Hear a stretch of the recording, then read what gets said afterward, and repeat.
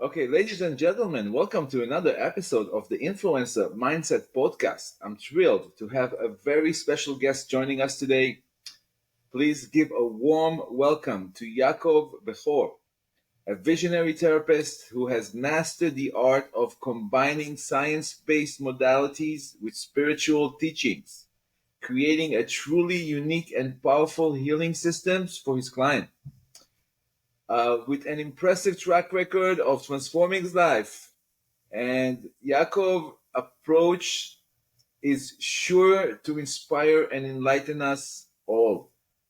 So without further ado, let's dive into this mind expanding conversation. But before we do that, please let me share a few words from our sponsor, anywherekosher.com. Anywherekosher.com is an online community of like-minded individuals who share ideas, thoughts, and experiences through creating a profile. It's like a social media for like-minded Jewish people who wants to share um, stories and ideas and places about anywhere kosher.com. So go check it out. And also, I would like you to help us spread and expand this podcast by liking, sharing, and subscribing. So, without any further ado, let's welcome Yaakov Bekhor. Yaakov, how are you this morning? I'm doing great, Uzi. Thank you so much for hosting me on your podcast. I've been looking forward to being here and just having a conversation about therapy, spirituality, and healing. Yaakov, what can I tell you? I've been waiting for this day. I remember when I first started the podcast, I didn't even have one chapter, and I was thinking about you. I said, I like this guy. This guy is bringing something amazing to the world, and it's something that's definitely worth sharing and providing value to our listeners. So I prepared a few questions for you, and I would love for you to kind of delve into it. Like we said, we don't have to. We have like seven questions here, maybe about seven, 8 questions. But we're gonna try to do as much as we can with the time that we have. Providing really the most value we can provide to the listeners to understand exactly what are we doing here. So how did you first discover the potential of merging science based modalities with spiritual teachings? And what inspired you to take a holistic approach to therapy? Yeah, great question. You know, there are so many modalities out there in therapy. Some are more science based and studied and scientific, then there's research on them, and there's some that are also focus on spirituality and spiritual development, what we call the unconscious or what's unbeknown to us. There's two categories of therapies as psychodynamic approaches, which work a lot with the unconscious and bel believe that the process of therapy is uh, uncovering those parts of a person that are unconscious to them, making them conscious within the therapeutic relationship, and through this process becoming more self-aware and more whole as a person. And there are other approaches that are more cognitive and rational that uh, focus on a specific uh, way of doing therapy, like perhaps it use specific tools like worksheets and so on. I like combining both because um, I believe there is an element of mystery to therapy, right? There is a mystery to the therapeutic relationship, what's happening in the room. It's hard to quantify at times the relationship between a therapist and his client creates is like create it's a creation that allows for certain elements or parts of a person that were hidden to come forward, and that's difficult to quantify or measure. at the same time, making use of the research that is out there is beneficial to my clients to make sure that I'm giving them the best treatment possible. I see. That's quite amazing. So you're telling me, in other words, that you felt that just science-based therapy alone won't do it. There has to be some kind of a spiritual integration uh, to really heal somebody, right? So, and that's really fascinating to me. So, as an influencer in the therapy world, what really inspired you to integrate those spirituality and healing within traditional therapy practices, if you know what I'm saying? And how do you really do that uh, on a practical level? Somebody comes to therapy, you know that statistically speaking, there is a certain chances that this and that, and you're trying to diagnose them. But where is the spiritual aspect come into play? Great question. So I work from a modality, from a framework called internal family systems. This framework essentially takes a multi mind approach to the human psyche, meaning that it believes that we all have multiple parts within us. This was a modality developed by Richard Schwartz when he was working with uh, anorexic girls that were struggling uh, with their eating disorders. And he found out that within his work with them, the parts the parts that were so prominent, they were self-sabotaging them to the point that they were like starving them to a point that it was killing them, were actually not their whole being. It wasn't their entire essence. It rather was a part of them that grew to become so extreme over time in an effort to protect the pain that another part was holding. The pain that was probably pre-verbal from the early childhood trauma that these girls experienced. And parts tend to be stuck in the past. So a part that perhaps protected the system by starving itself when it was like 2 years old, perhaps that's effective when you're two to starve myself. So I'm like, by starving oneself, maybe a person can be like hiding from their pain or just receding or whatever it is that that part is doing for the system. Obviously, when they're like older, 16 years old or 20 years old as a functioning adult, that's not so helpful anymore. Yet parts don't move on and grow until they get the attention and the understanding that they need. Hmm. So when we look at a system in terms of parts and we look at all behaviors that we have, even the behaviors that we dislike the most, as only a part of ourselves and not to represent the person that we are, we can have more compassion for these parts. And we can approach them from a place of what is called in IFS self with a capital S. Self is that soulful energy that is categorized by what are called the 8 C's. Um, some of these C's are compassion, curiosity, calm, confidence, creativity, choice, and so on. And when we approach parts that are struggling within us from a place of self, automatically we're able to hear them out. And each part has a story. Each part has a story to tell and a reason for how they ended up to be the extreme part that they are today. And simply by hearing out these parts and listening to what they have to say, they will automatically ease their extreme pattern that they have, because parts are like, they're usually stuck in age, and sometimes they're stuck in a young age, and like a young child will like scream and tantrum until their parent doesn't hear them out. we have younger parts within our own internal family system that will continue screaming and shouting and acting in extreme ways until we are able to hear them out from a place of self. Can you explain a bit about IFS a little bit? What does it stand for, IFS? So IFS stands for internal family systems.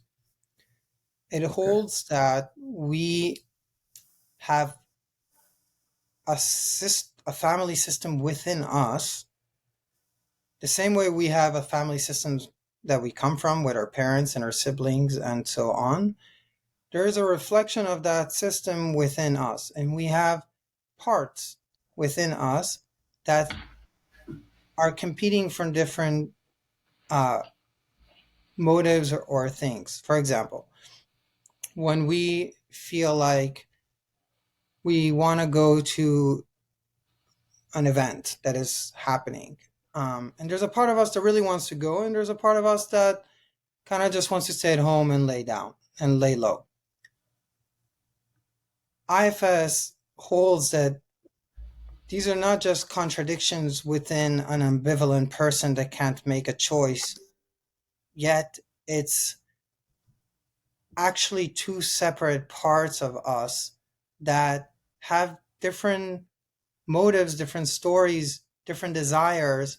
And instead of like blaming oneself for having conflicting opinion within oneself, a person can just simply recognize there's two parts that want two separate things. And if we hear them both out, then we could actually understand why they're conflicting and make a choice that respects both parts.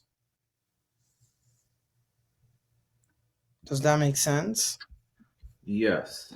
Yeah, that makes a lot of sense. So it's really about some kind of a belief system that we hold within us about what a family should be and what is our part within that environment. Did I get you right here? Because internal family system is it's like something you're saying. It's like it's some kind of mindset, a consciousness almost. Yeah, it's really about shifting your mindset to seeing your system as parts and less as one unified mind. There is a part of this of the mind that is unified that is called self, and there are parts that become fragmented over time that isolate from self. And when we have parts that are hard on ourselves, right? We have an inner critic, or we have judgmental parts, or parts that blame other people, or parts that minimize our own worth. Um, these are not our entire being. We can have, instead of blaming ourselves for having these thoughts, we could simply say, oh, there is a part of me that is being very critical of myself. There is a part of me that is judging other people. And if we're able to inquire about whatever part is coming up in the moment, instead of like being like, oh, shut up, I don't want to hear that, I don't want to judge other people, I don't want to judge myself, I don't like, let me numb that part, let me just, instead of doing that, we can welcome the part in and get curious, why is this part here? Maybe another part is really struggling. Maybe a part needs to be told that it's doing really well, or um, it's it needs some time on its own, or it's missing someone, or whatever it is. And this other part is coming in and defending this part by judging other people, releasing that self judgment that it's experiencing, and projecting it onto someone else, or all these like younger or so-called childish ways to um, deal with pain that we experience. But we all have parts, and we all have parts that are stuck in the past, and we all have the opportunity to heal them, even in adulthood. If we find, if we recognize that there's a voice that we don't like, it's a part. that we can work on and figure out why it's there. And with time, just by understanding it and healing whatever pain it's covering, we can release it from its extreme pattern. Parts can become functional as well to help the system. Yet, if they're for a long time they go unheard, they become independent and they think of their own and they don't recognize that there are other parts. They isolate. What happens when a person isolates from their community? They can they're not attached or connected with what's happening around them. They're working from this owned perspective that they have from the world, which could become distorted over time if they're not in connection with others. I Same see with what you're parts. saying. Is that your WhatsApp there? I thought I closed my WhatsApp, but maybe it opened again. Yeah, how do I? I'm trying to close it, but it keeps opening. Yeah, that Here, will be let me. good. Okay, I closed it now. Sorry about that. Can Okay. you hopefully So go? so so Yaakov, so many people, see science and spirituality as opposing forces.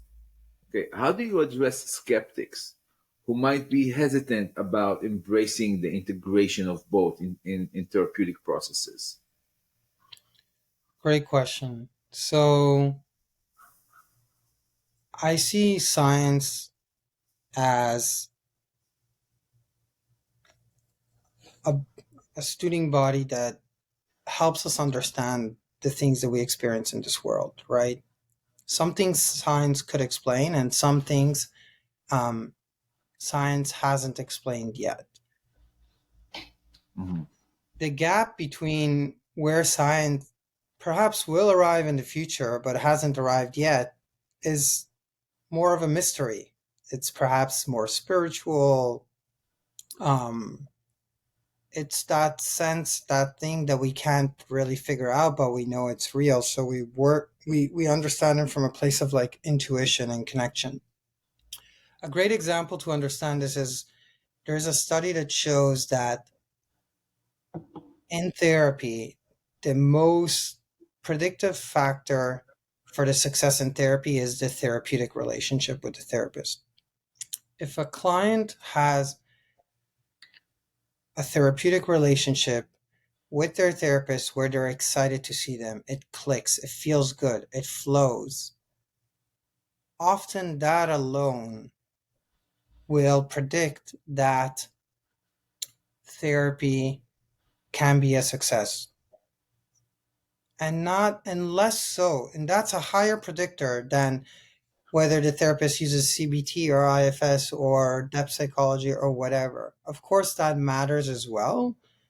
But if there's a strong connection and there's the client feels seen, understood, felt by the therapist, that will guarantee is a strong guarantor of the therapy itself.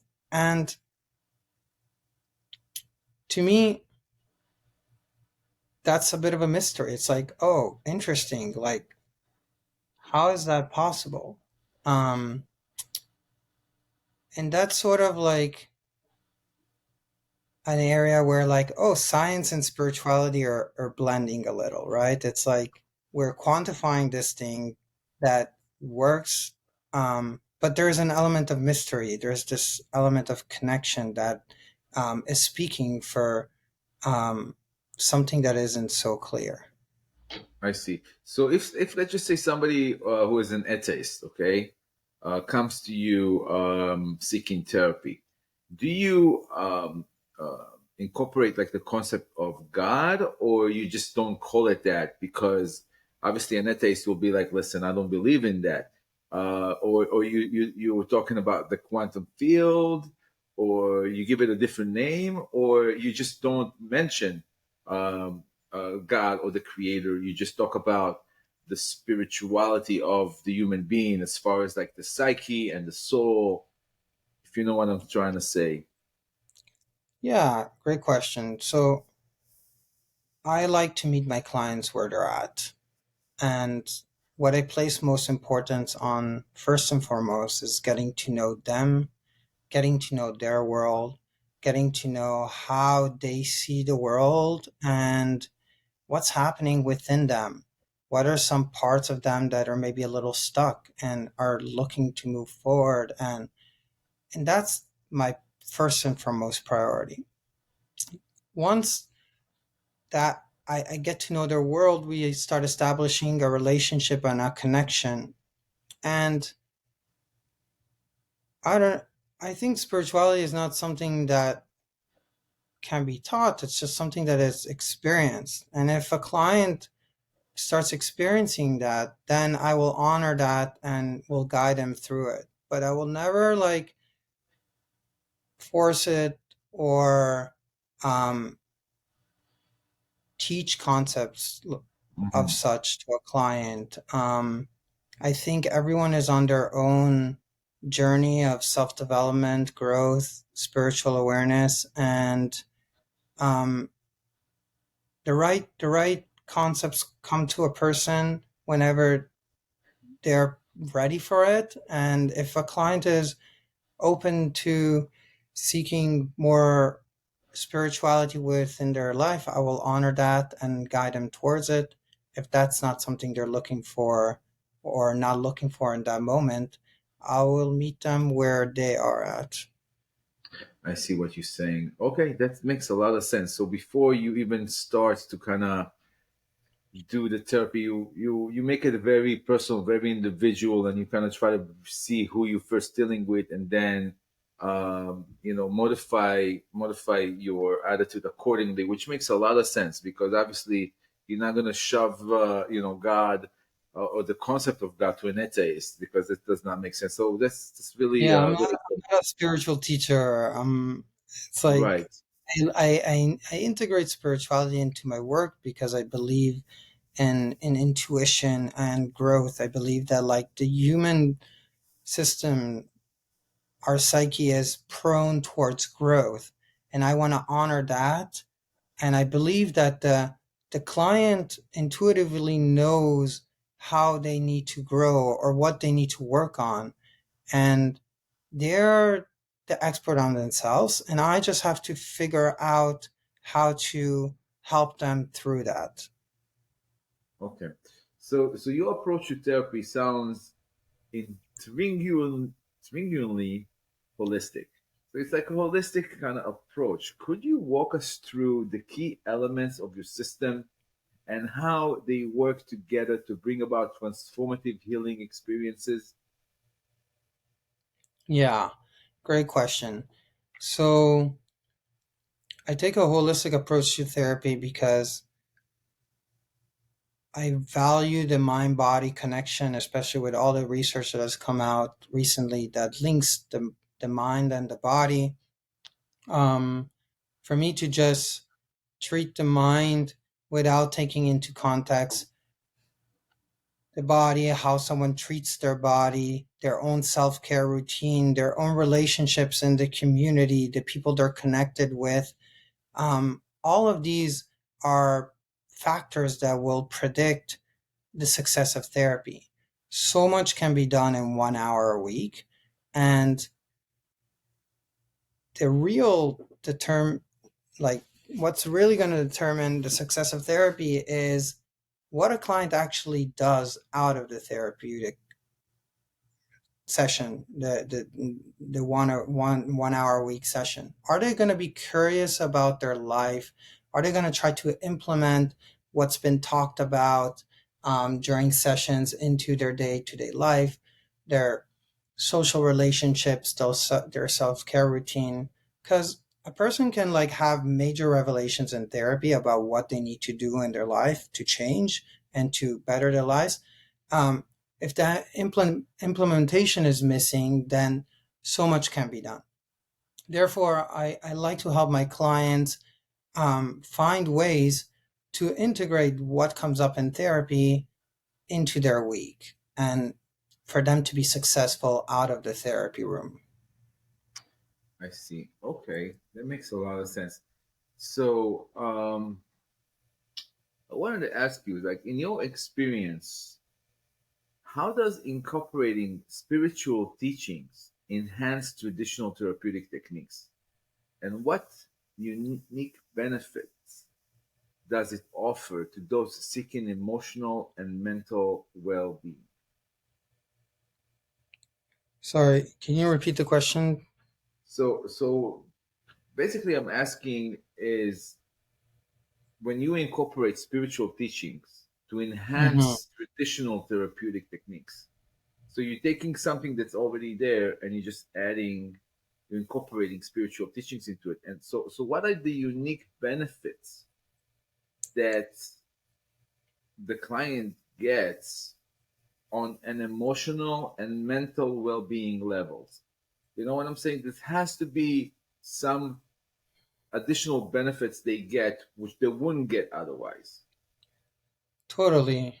I mean, the modalities I use in therapy incorporate spirituality via like mindfulness, meditation, somatic awareness, um, honoring synchronicity, things that are happening, what we call ashgacha pratit, things that are happening in one's life and being curious about that.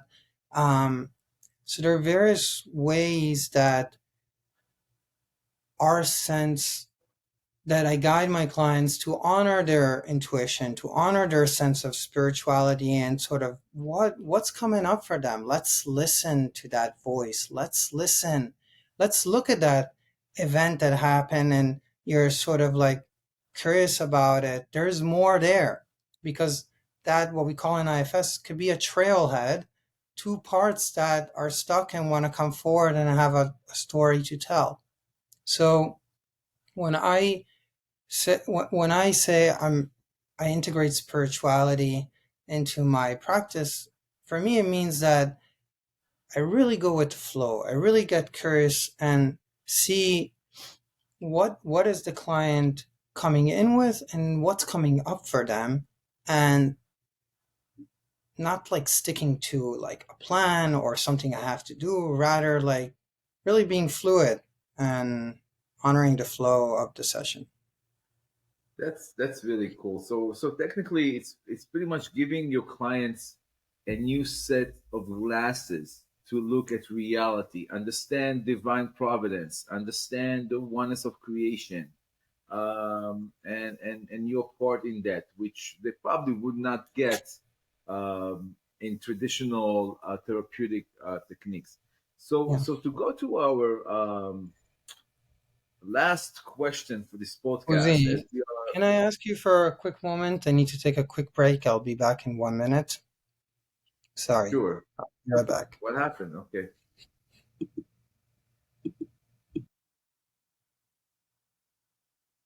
Okay, guys, we are still on. We're still recording. Yaakov had a quick emergency. He will be back. We're going to wait for him for a few minutes. Meanwhile, I wanted to encourage everyone that are listening to please like, share this video, subscribe to our channel, become a part of this, partner with us because we are really sharing information that is very helpful and provides tons of value to whoever tunes in. And this is the goal of this podcast, just to provide value and to bring people to a better day, a day way before the previous one. So Yaakov, welcome back. Thank you. um, Apologies. so, Yaakov, so now we are going into the bottom line here of what are we doing here today? Because obviously, you know that this podcast is called the Influencer Mindset Podcast. And and that name alone suggests that the power of influence in shaping one's life. So we understand every human being is an influencer, and every Yeah. human being affects its environment in one way or another, hopefully in a positive way. So, how can individuals harness the principles of your therapeutic system to cultivate a positive and a growth oriented mindset in their personal and professional lives? Because this is the bottom line here. We want to help the listeners to influence more, to make a better, positive impact everywhere they go. So let me just repeat that really quick, so you'll and take your time. You don't have to rush with the answer. Uh, so how can individuals harness the principles of your therapeutic system, which is the integration of spirituality and traditional therapeutic systems? How can they harness that to cultivate a positive and growth oriented mindset that could improve their personal life and professional lives? Great question. So I would say that first and foremost, becoming aware of what's happening inside of you.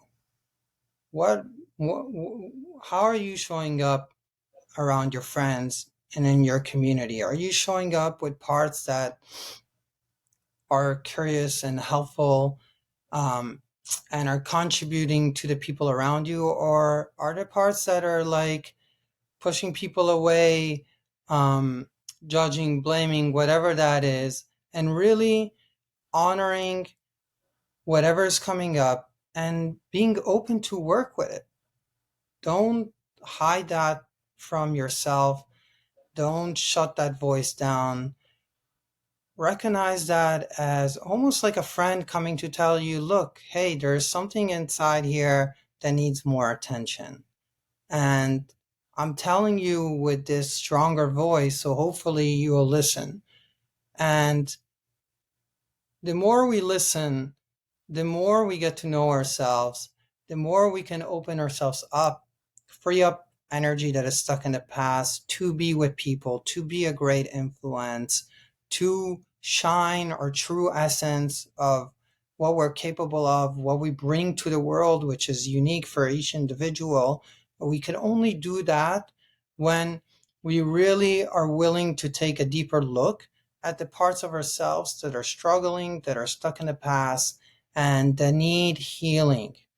The more we heal, the more space we create, and the more space we create to grow ourselves and positively influence the people around us.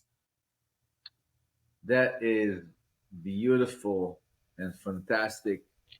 Um, First, I want to wish you luck, lots of luck in your journey as a therapist who is Thank you so much. combining, you know, I think you're doing a very important work here, combining spirituality and more, and having a more holistic approach to therapy, because it's really is important, because we are a human being is a very complex thing, and you have to look at the whole thing, you know. So a lot of encouragement and support. I would also wanted to extend another invitation for you to come in the future as you are progressing, that with some stories that you can tell us, and Sure. more information about how that approach really changed lives. Also, I want to encourage everybody who is seeking therapy, who is seeking a holistic approach, to contact Yaakov Bekhor. We're going to provide a link and some information that you can contact him, and hopefully he will be able to help you with all your needs when it comes to growth and therapy and healing. And we just want to ask you a few. Do you have any other words that you want to share before we end this podcast, my dear friend? Yes, so I first and foremost wanted to thank you so much, Uzi, for hosting me on your podcast. I think you're doing great work. You're a great host. I felt very welcome. I enjoy the podcast that you're doing with so many uh, influencing people, and bringing them on and really give them an opportunity to share and help others. I think that's so special, and I'm really grateful for that. And yeah, I wanted to give a shout out to anyone who's looking to explore their own growth. Um, wants to work with parts of themselves that they feel are holding them back.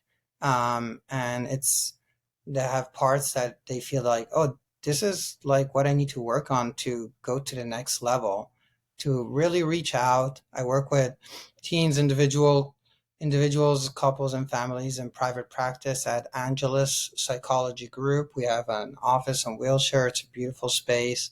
It's a spiritual space. And yeah, if anyone's curious about therapy, has any questions, please reach out and schedule a time to talk with me. I would be happy to do that. Fantastic. Thank you so much, Yaakov, for joining us today. Everybody, thank you for tuning in. Have a fantastic Sunday, and we'll see you at the next podcast episode. Take care. Thank you